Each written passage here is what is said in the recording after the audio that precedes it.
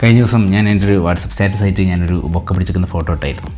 അപ്പോൾ അതിൽ പലരും എൻ്റെ എൻഗേജ്മെൻ്റ് ആണോ കല്യാണമായോ അത് ഇതെന്നൊക്കെ പറഞ്ഞിട്ട് കുറേ റിപ്ലൈ വന്നിരുന്നു. എനിക്ക് തോന്നുന്നു ഓൾമോസ്റ്റ് ലാസ്റ്റ് റീസെൻ്റ്ലി ഒരു 100+ റിയാക്ഷനൊക്കെ എനിക്ക് ആ പോസ്റ്റിന് വന്നിട്ടുണ്ടാവും.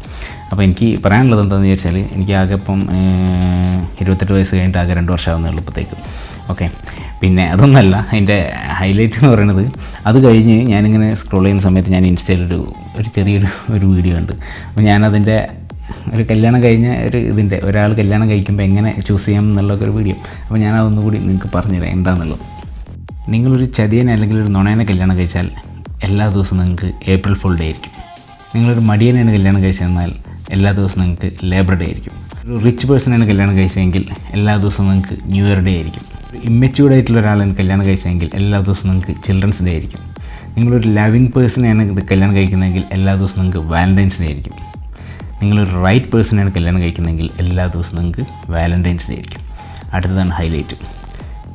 നിങ്ങൾ കല്യാണം കഴിക്കുന്നില്ലെങ്കിൽ എല്ലാ ദിവസവും നിങ്ങൾക്ക് ഇൻഡിപെൻഡൻസ് ഡേ ആയിരിക്കും.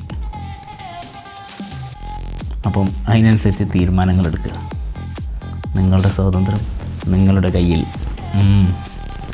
കണ്ണം തുറക്കട്ടെ ഒരു മിനിറ്റ്.